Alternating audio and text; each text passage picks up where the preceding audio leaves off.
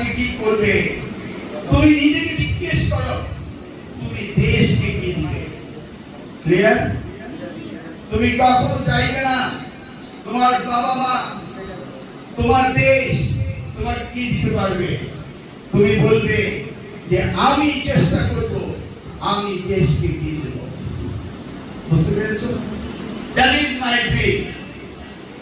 আমি দেখতে চাই আগামী দিনে আমি কি করতে পারি। আমি এখানে কোনো পলিটিক্যাল বক্তব্য দিতে চাই না, কিন্তু তবুও বলতে হয় আমরা জাতি নিয়ে রাজনীতি করি। আমাদের নেতা তারেক রহমান সাহেব, তার ড্রিম হল যখন তিনি দায়িত্ব পাবেন তার 1 বছরের মধ্যে 1 কোটি মানুষকে বেকারত্ব থেকে দূরীকরণ করবেন, এবং সেই প্রজেক্টের উপর কাজ করছেন তিনি।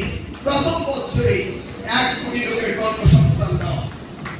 সেই জন্যই তোমাদের দরকার এই যে technical and vocational education and training, এই যে নিট প্রয়োজনীয় শিক্ষা, সেটা দরকার।